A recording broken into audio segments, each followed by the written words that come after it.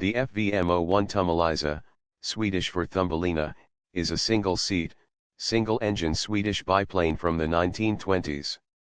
It was operated by the Swedish Air Force as its advanced trainer until the mid-1930s.